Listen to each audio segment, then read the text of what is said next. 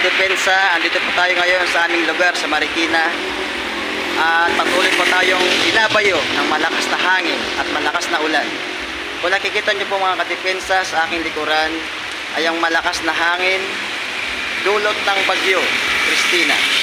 At andito po ngayon sa Embaksal ang inyong lingkod at ang aking partner na si Rick Avila na nakahandang umantabay, magbantay 24/7 para sa ating ginagalang at minamahal na eskwelahan para sa anumang sitwasyon. At paalala lamang po mga kadepensa, kung wala naman tayong mahalagang gagawin sa labas, ay manatili na lamang po tayo sa ating kanya-kanyang tahanan. Stay safe with our family and loved ones. Mag-iingat po tayong lahat. Stay safe po.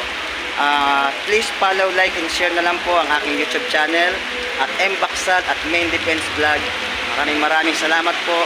Ito po si Embaksal, laging nagsasabi na sa bawat hamon ng buhay, kailangan natin ng main defense.